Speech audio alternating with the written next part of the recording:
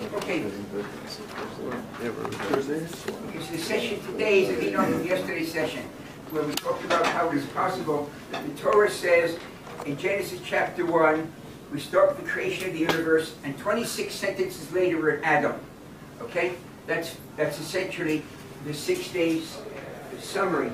Genesis chapter 1 is broken into units of 6 24-hour days, and we talked about yesterday, all ancient commentary, it says explicitly the days were 24 hours each. Moshe made avodah into 6 days of a work week, so the days weren't long periods of time. But they see time from a different perspective. The Kabbalah brought this down. Remember, Kabbalah is not mysticism. Kabbalah is how God runs the world. And the reason that the Dikubalim were able to see this as a case is very clear.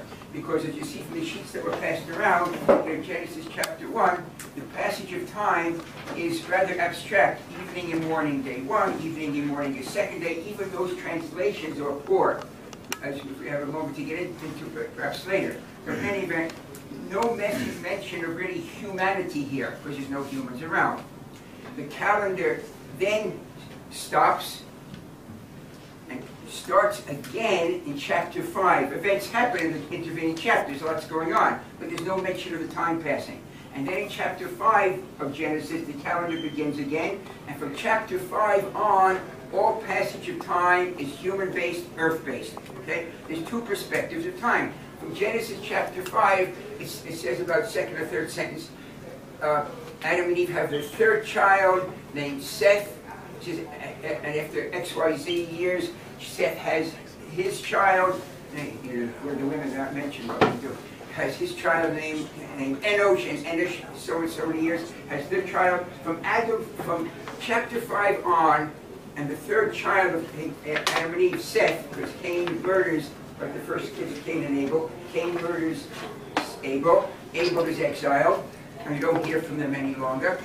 And so the third child is Seth. From Adam, from chapter 5 on, the genealogy is mentioned with years, 3-figure accuracy, so you know how old each person was at the birth, so you can add them up and get a calendar. But that calendar is earth-based, human-based, because it's humans that are having these kids and living on Earth.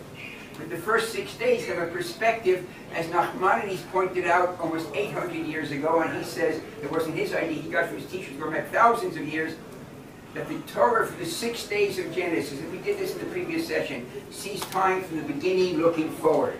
And that's the whole difference in the perspectives of time. I can't get into that totally because we did that yesterday in the previous session. If you want to see it explicitly, I have it in my books, but also my website, Schroeder.com. You go, there's an essay there, an article said the age of the universe, and that outlines exactly how literally 6 24-hour days, not to eat them, not as if, can in fact match 14 billion years, as the years remain billions, and as the days remain hours, okay?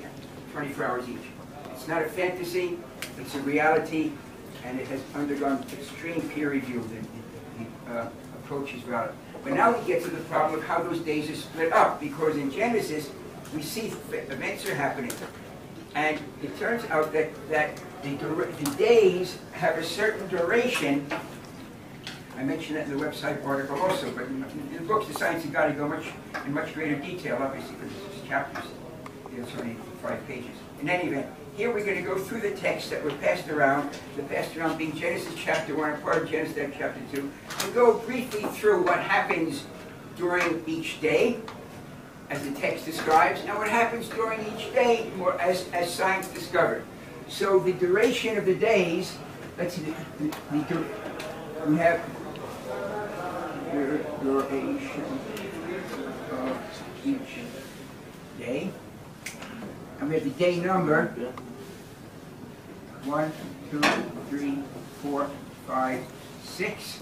And then during 6, and then we have Adam and Eve, and the calendar starts again.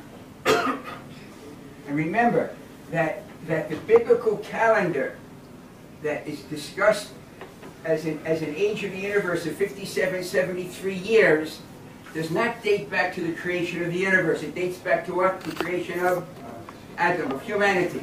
And it's highly instructive because of the 3 Middle Eastern religions, chronologically, Judaism, Christianity, and Islam, only one religion starts with all humanity. Christianity starts its calendar with its prophet.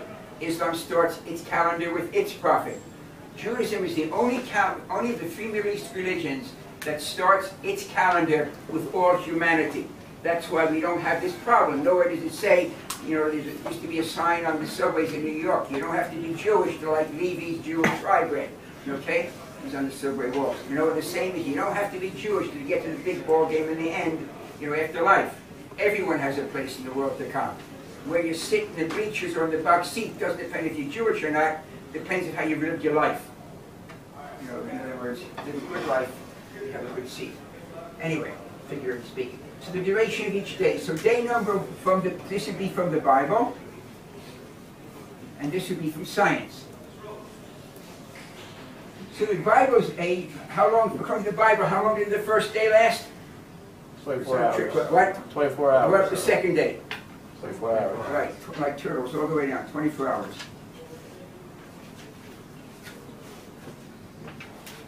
And it's split somewhere in the middle of the sixth day. Okay, that's the first day. Oops, not very good lines.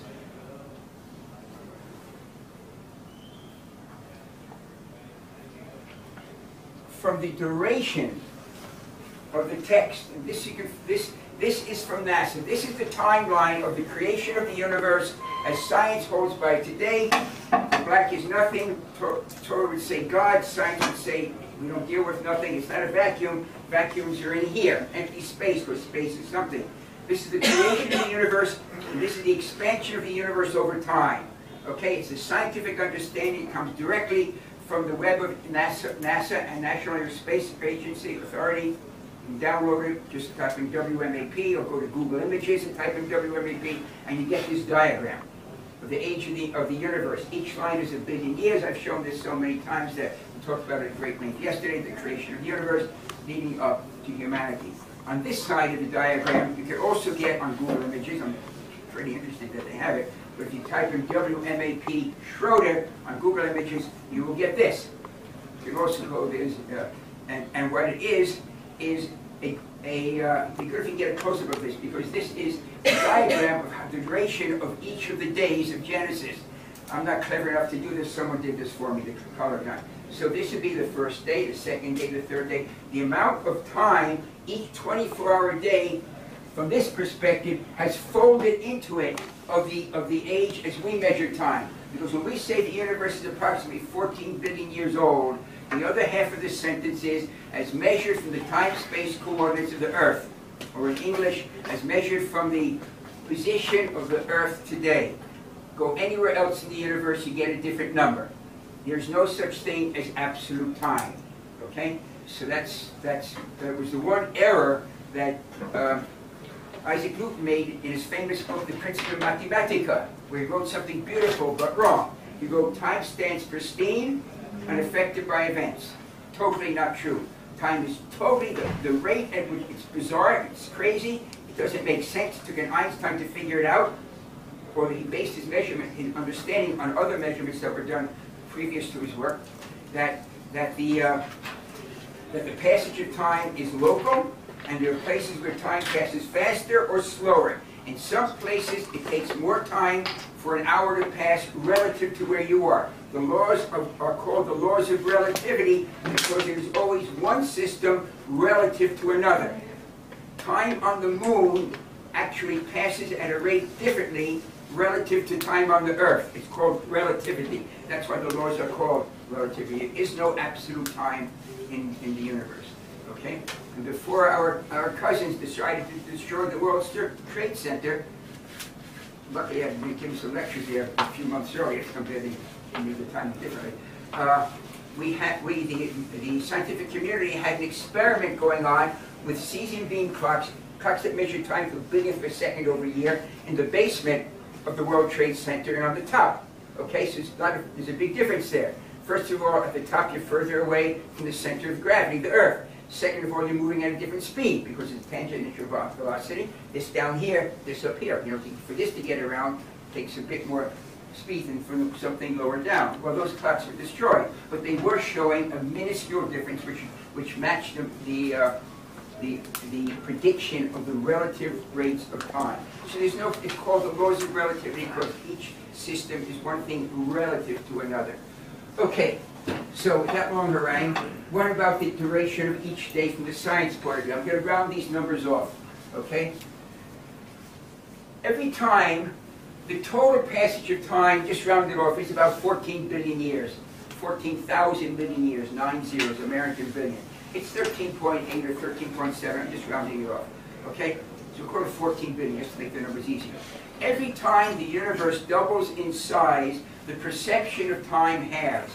So the rapid doubling in size would mean more and more time is being folded into the day of each of the 6 days. So now let's pretend these are two markers embedded in the space of the universe, and they're expanding, they're moving as space and the universe expands. When is the space between these markers doubling the most rapidly? Notice it's relative, not absolute amount, because it's constant speed. When is the space doubling the most rapidly? When they're close together, when they're far apart? Close together. Right, say double every time the space doubles. Double, double, double, double, double, double. Notice it takes longer and longer. So the early days have that double, double, and when the universe is minuscule, a lot of time is folded in. I have no control over the numbers. The relationship is probably exponential. I say that right up front. On that, on the overall 14 billion or 24 or 6 24-hour days, I have no control. Over this, I impose upon it an exponential change, because the exponential relationship is the most common relationship in the universe. Nothing, no other relationship even comes close to it. All radioactivity is exponential, and every star has a billion, gazillion, nuclides decaying at an exponential rate. So exponential is like 2, 4, 6, 8, or in the opposite direction, it's this. That the first day, and I don't control these numbers, I have no control whatsoever. I put in the two endpoints, namely the beginning of the calendar, the condition of the universe, the beginning of the calendar, the condition of the universe when the calendar ends, and the numbers spin out. The amazing factor is, it shows my lack of emunah, because I went to Barbara, my wife, Barbara Sofer, a great writer. She, at the end, I said, Barbara, you can't believe this, the Bible might be true. I mean, it's tongue-in-cheek, but it is amazing, it's just phenomenal. Because the numbers match so amazing. The first day, the first 24-hour biblical day has 7 billion years folded into it. That's 9 zeros. This is from the science point of view, this is from the Bible's point, duration of each day. The second, I'm just going to write, this equals 7 times 10 to the 9th, right? You realize that? It's 9 zeros. It's the same number. Okay. The next one has 3.5 billion years. The next one, that'll be 3.5, and the next one has what? 1.8 approximately, 16. Approximately. I'm rounding these off, I don't want to get too many decimal points. Billion years. The next one will be 0.9 times 10 to the 9th years, there's all billions. And the next one would be about, this would be about a 0.45. I just have to round them off. One was, what can I do, 45. And this would be about 0.23, 23, 24. I'm rounding it off, obviously, just to make life easier. Okay? So this would be about 450 million years. Right? This would be about 900.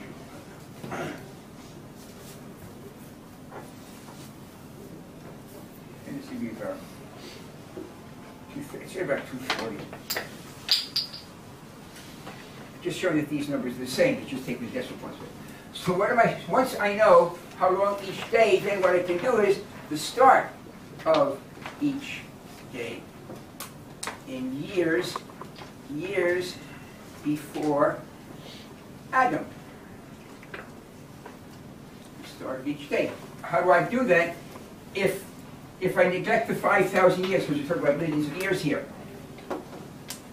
If day number 6 is about 240 million years, so it starts about 240 million years ago. Like yesterday at this time, the day is 24 hours, so it started 24 hours ago. 2 days ago, 48 hours. Just add up these numbers. So the start of day number 6 would be about 240 million. I apologize, but these are obviously around million years. The start of day number 5 would be how long ago?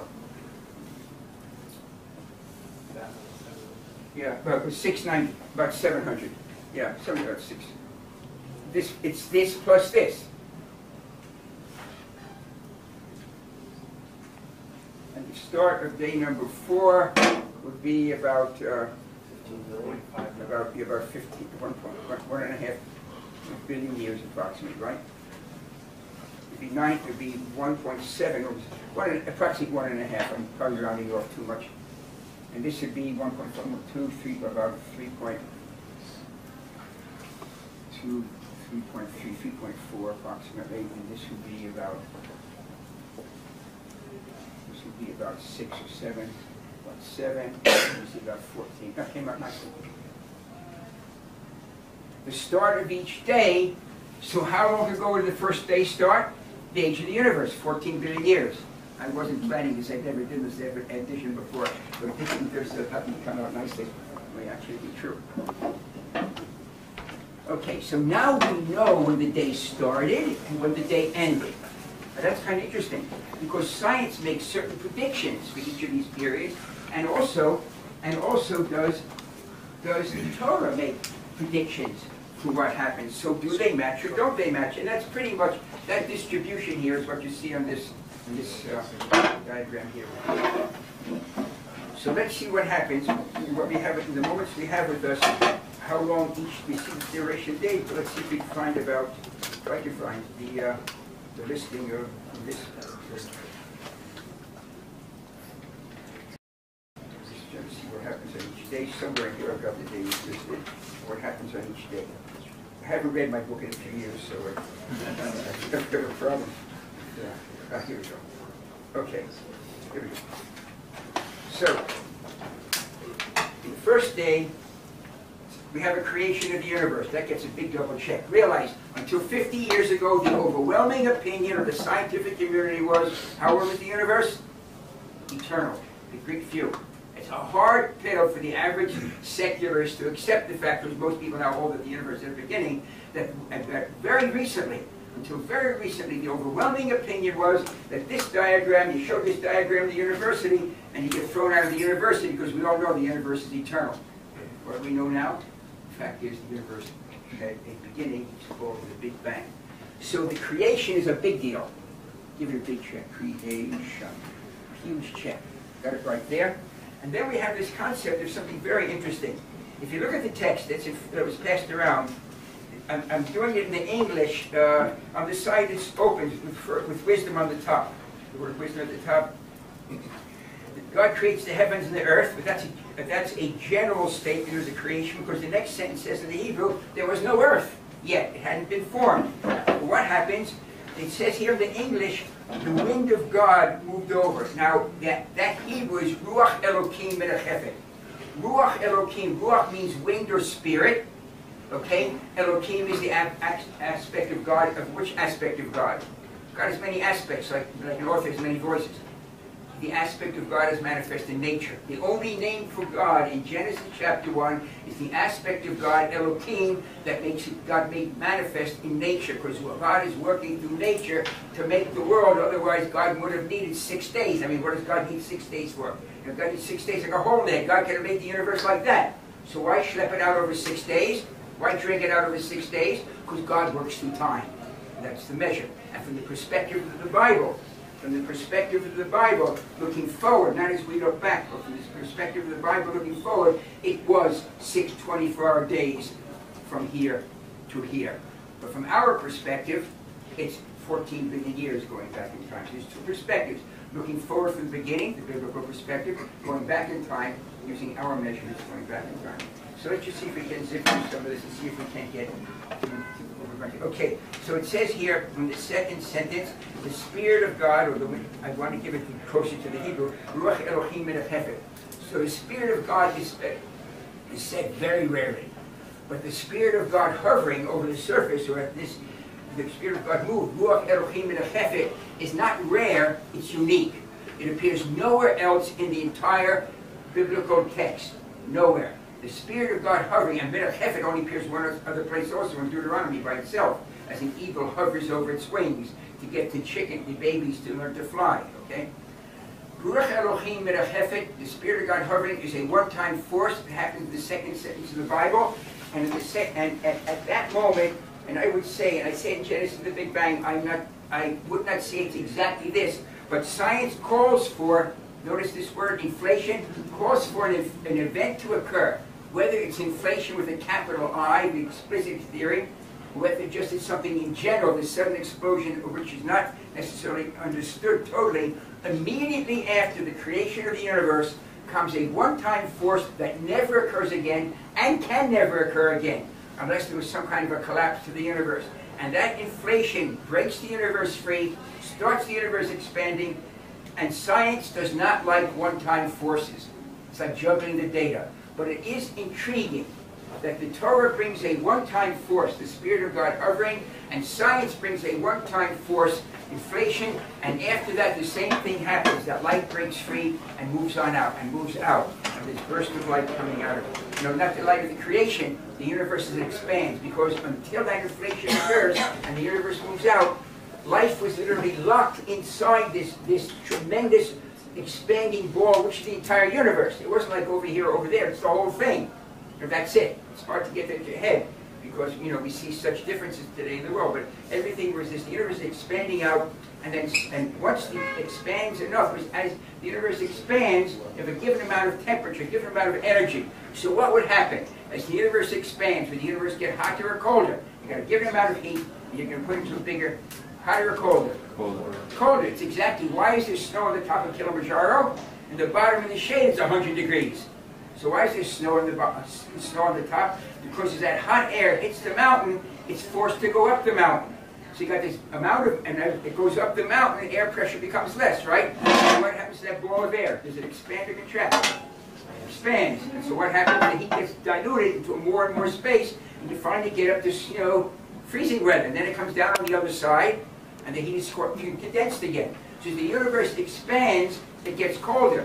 And as it gets colder, what's called the plasma is frozen, it cools off, I don't know how to say it properly, and out breaks light. And notice in the biblical text, light breaks free. So we have this one-time force. I give it a half a check, okay?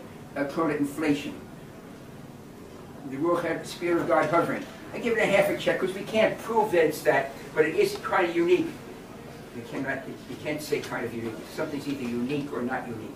You can't say it's almost unique. Okay? Grammatically it's wrong. So it is unique that these two things happen. So it's almost unique. And then light breaks free. And then light breaks free. Light gets free.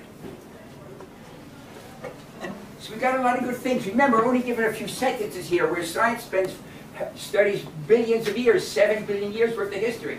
Now then we have this day, the second day started. I have a problem with the second day because the Mikubalim don't talk about it. They say it's one of the great secrets in the Torah, what happens here. But what is interesting here is that in the text of the second day, which begins on verse number 6, we see that there's a firmament in the heads, in the waters, space, okay? And this firmament is called heaven. Now if you look up at the sky, in a black, away from a city, you see this carpet of light. You don't see it in the city at all, but you get out into a desert or place, you see a carpet of light. And I think that's what it's talking about. I don't know. So I give it like a half, of a check that it's the Milky Way. Because what we see is a carpet of stars, which starts right about here somewhere, is the Milky Way, our galaxy. Whether this firmament in the heavens is that, I don't know, hence only a half a check. But the Mikubalim don't say any more about that, and I only use these ancient commentaries. I'm not trying to bend what the Bible is saying to what I think happened, so I use only ancient commentaries. We talked about it yesterday, the Talmud, Rashi, Maimonides, Nachmanides, over 1,000 years ago. So we're talking about way before Hubble telescopes. Okay, so we zip down to day number 3. Day number 3, interestingly, starts almost right on the buttons. Day number 3 starts here, and we have here the Cambrian explosion of life. 3.5 Oh, excuse me, what am I writing here? I'm putting strange things. Let me erase that. I jumped ahead by 2 or 3 days. Day number 3. Well, what happens on day number 3? Day number 3 has the first forms of life. As we have life. And that matches the Bible's statement right off the bat. Now, on day number 3, there's a nuance here. On day number 3, it talks about several types of plant matter. The Mikubalim saying that all the plants that are mentioned on day number 3 do not necessarily appear on day number 3. It's to use the words of Nachmanides, it's the beginning of an ongoing act. So why are all these different things like mentioned, like fruit-bearing trees wouldn't appear to day number 6, day 5 or 6. So why is it mentioned here? There's a way that the Torah works. When it has a piece of information that is of an ongoing phenomena, but it's not related to the events that are ongoing, it's just, it's like peripheral. Then the Torah wraps it up and puts it aside. We see that at the end of chapter 11 of Genesis, the beginning of chapter 12, where it talks about the birth of Abraham, and the father is Terah. And it gives you the ages when Terah became the father of Abraham. In those days, in the early days, of Avram, he's named Abraham in chapter 17. Then it mentions about Terah's death, and it gives the year. That's the last Terah, the father of Abraham, is never mentioned again after chapter number 11. But the dates that Abraham goes, meeting Sarah, having their children, are all given. Terah is alive through chapter 18, but he's never mentioned again. He only mentioned chapter 11. He did something right. He was the father of Abraham. But he's never mentioned again because he's not relevant to the ongoing story. Even though the years that are listed let you know when he died, but that's all mentioned back in chapter 11.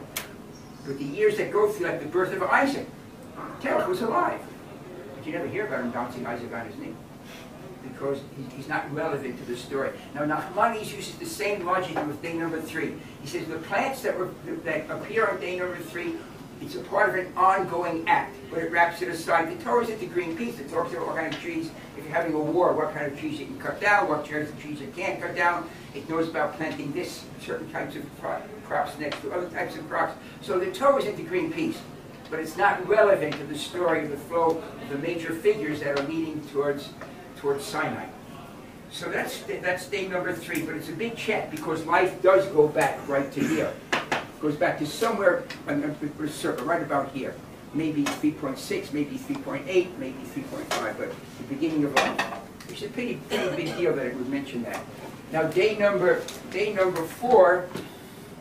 Day number 4 is kind of interesting because people are always asking, well, how can it be? The day number 4 starts in verse number 14, and we see the suns and the moon are mentioned for the first time, which makes it problematic for the statements of evening and morning for the other days, since evening and morning relate to the sunrise and sunset. So, but what we do have here is were the planets here earlier? And a close reading of the text, not by me, but by Rashi and the Talmud, tells us that the sun and moon were there earlier, but they only become visible, called fixed in their position, seen in this day. The Talmud says it, Rashi says it. I would say it also, but that I say has no significance. I know the geology. What happened on the Earth in this time is an exact match. The Earth forms and the solar system from previous supernova stars exploded. 5 billion years ago, you and I were stardust, as the chair you're sitting on and everything else you see around you. We're stardust. Then gravity pulls this stardust together, starts rotating. You get most of the stuff, most of this stardust, these 2 or 3 exploding stars, gets pulled from the center of this rotating mass, becomes the sun, because the pressures become high enough to ignite the sun, fusion of hydrogen to helium. And then around it, some rocky planets form, and further out, some gaseous planets. When it gets cold enough, far enough away from the sun, you get gaseous planets, where ammonia, etc., form from the sun to get a big gaseous planet. So we have the Earth forming 3 planets out. It forms from a molten mass. It cools. We get a crust. This is basically a few of these aspects here, because there's a lot more detail that we can talk in. But the Earth starts out hot. All the original forms of life, the most primitive forms of life, are thermophiles, heat lovers. All the microbes are thermophiles. We can see that from past mutations that they are ancient, okay? And dating back to here. But what happens in this region right here is that the Earth starts to cool. Before this, it was so hot when water, and we have an Earth with massive amounts of water on it, which means a lot of vapor pressure because it's hot, which means a cloudy day in London town, which means that you can't even see the sun or the moon. Now, I made literally hundreds of measurements of photosynthesis when it is so overcast that you can't see the bright spot in the sky. You don't need a flashlight, but usually with a thin overcast you can't see the sun, but you can see a glow behind the clouds. I made measurements of photosynthesis when it's completely overcast and the plants are still pumping out oxygen right and left. You don't need coherent light or visible sun to have photosynthesis. You need a sun. And what happens in this period right here is that the Earth cools, the cloudy, overcast globe becomes clear, the water condenses, and we have a visible sky. So that we can see the sun and the moon. You know, again, I only give it like maybe even a quarter check because we don't know that that's the case, that's what that's referring to. But the fact that the sun and the moon are mentioned for this time, even though the ancient commentators say the sun and the moon were there earlier, they just become visible, fixed in their position. Well, that's exactly what happens in this time period. The Earth cools, the overcast condenses, the atmosphere clears, and suddenly we can see the celestial bodies and the stars. They're already up there because the Milky Way is formed way back here. Our sun would be forming somewhere about here, somewhere down here. The Milky Way forms here. Our solar system is somewhere about here. Okay, then we get to day number 5. We're getting closer now, so we have much more information. And day number 5, the author, as it were, of the Bible has this huge chutzpah to make the statement that, what did it say here? They were just really outrageous. It says, "Wrong."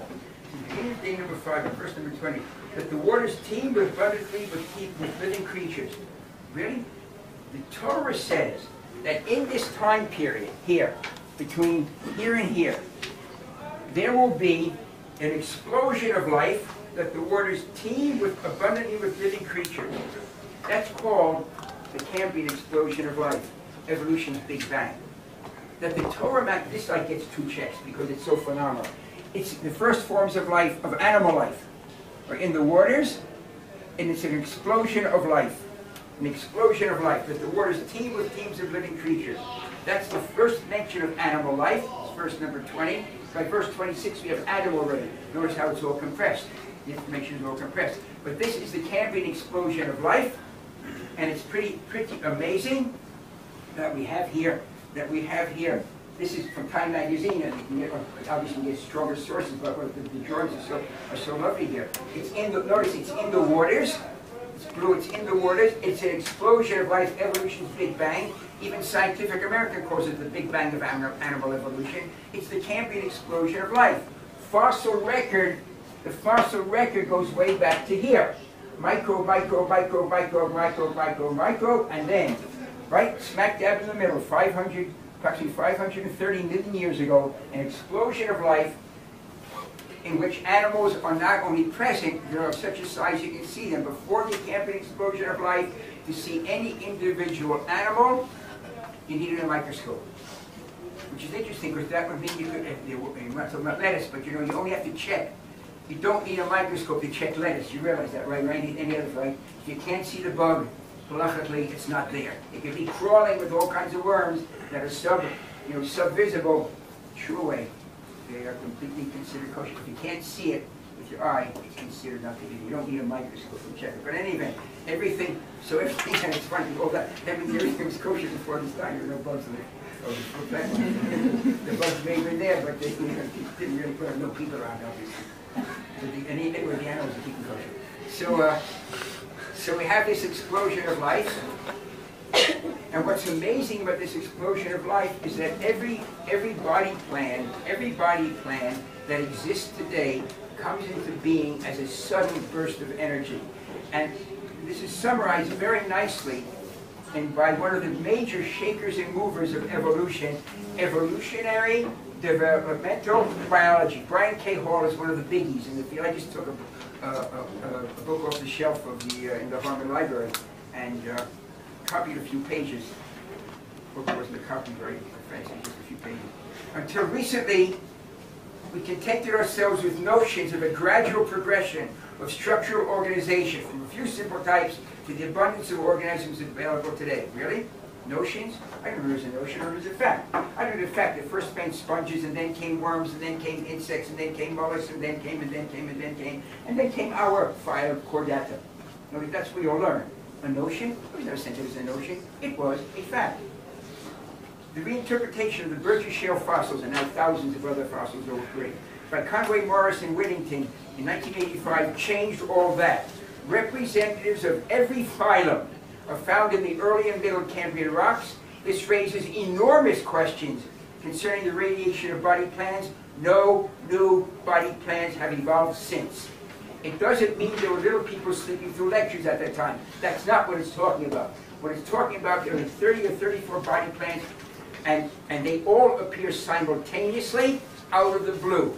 Our body plan is called Chordata. Bilaterally symmetrical, stereoscopic, stereophonic, internal skeleton, separate sexes, complex digestion, that defines people, fish, dinosaurs, lizards, birds, but it doesn't describe worms. They're different. It's a different body plan. It doesn't describe mollusks. Different body plan. Doesn't describe insects. Different body plan. Okay? Those body plans all appear suddenly out of the blue. And one of them I have here. If I had time, I'd tell you how I was given it. It's crazy. But I don't have time for that, so I just can assure you. But this is my daughter's son. And this is it. If you get a close-up of this, is quite amazing. It's been on national television in the States a few times. It's a trilobite. It's the first of the insects. They're rare, but not phenomenally rare. It was a gift. The perfect ones have arms. Here's the trilobite with the perfect one. Okay. Section body, 3 cents tri. But most amazingly of all, what are these two things here? What do you think these are? Right here. Eyes. Eyes. Microscopic, microscopic, microscopic, microscopic, microscope, and then out of the blue comes insects with eyes. And according to the journal of Science, in the perfectly formed this is crude, hence it's not in the museum. When they fossilize with volcanic silt, finer than talc, you can actually measure the shapes of the lenses. What's the difference between an insect eye and a human eye, as far as lenses go? They're multifaceted. They have lots of lenses. These have lots of lenses already. It's amazing. Does it prove there's a God? I don't think so. Does it prove you don't understand evolution? 100%. That's the one sentence I was ever getting from the New York Times. It doesn't prove there's a God, one or the other, but it proves we don't understand evolution. And that might mean God. And that's for each person to make their own decision. So it's pretty amazing. There are 3 types of animal life, body plans, that have image-forming vision. We're one of them, Chordata, like birds and people and dinosaurs. The other is insects, and the other is mollusks. All 3 enter the fossil record with eyes. There are other phyla that sense light, like worms can sense light. I'm talking about image forming, like I can see you as an image. Insects, mollusks, Chordata, and they all enter the fossil record with eyes. And they enter about 530 million years ago, which matches bingo right on exactly on the timeline that is mentioned here. And that's just pretty extraordinary. And then the text goes on in day number 5 and says a few other Hudson's things that I can't imagine how it could possibly have such gall that the author could really believe that, and it turns out to be right after right. Then the next part says, let birds fly above the earth. We're going to run a few minutes over. Is that okay? Just trying to finish. And it says, let birds fly above the earth in this translation. Another translation says, fowl fly above the earth. Now we've got a problem here, because the text says oath. Now one of the leading paleobiologists died a few years ago, Stephen Jay Gould of Harvard University. My background's MIT, so I don't hold it against him up to the news at Harvard. But at Harvard University, he was one of the leading paleobiologists, I mean, a person that studies evolution by looking at fossils. And Gould proved that the Bible was wrong. I want to get this very clearly. In his field, If I talk about biology, it's meaningless because I just read secondary or primary literature, but it's not my field. But this is Gould's work. And Stephen J. Gould, blessed memory, died of cancer a few years ago. By now, I hope he knows the right answer, because if he doesn't, we're wasting our time here. So Gould wrote like this. He said, first of all, I'm a Levite. He's going to give credentials for listening to the Bible. He's my forefathers served in the temple. So that makes him a Levite or Cohen. I mean, and he's Jewish. I mean, again, he must know something. His forefathers served in the temple. So what does he tell us about? He said, well, in my field, I can show you the Bible is wrong. And how can I show you? And he shows us verse 21. Excuse me, verse number 20, where it says that the waters teem abundantly, okay, it's the Cambrian explosion, and birds that fly above the earth. And another translation by the arts goes and fowl that fly above the earth. Well, he says point blank, there's an error. Birds don't appear until day number 6 animals. Nor are there any birds in the day number 5 type of animals. But Gould didn't know Hebrew. That's what makes such a sprite guy, and he's bleeding hard for helping the world. And I spent a few conversations. He's a wonderful human being. And he thought the Bible was beautiful as literature. But he thought Gilbert and Sullivan was beautiful also as literature, as music. So why would a person with his brains that doesn't know Hebrew mouth off about the Bible? Because the text doesn't say bird, and the text doesn't say fowl. It says oaf. That's the word that's written in the center in Hebrew there. It says oaf. Now, oaf today in modern Hebrew, you go into a butcher, what do you get? A chicken, but not in biblical Hebrew. Biblical Hebrew, oaf, and Hebrew is such an ancient language, you can hear in the letters, oaf, oaf, from flight. Oaf is an animal that flies. Oaf is an animal that flies. What's one of the first animals that flew? Pterodactyl. Insects, of course. Now, pterodactyls are birds already. Insects, of course. And it's almost like a proof around the corner. It's so beautiful.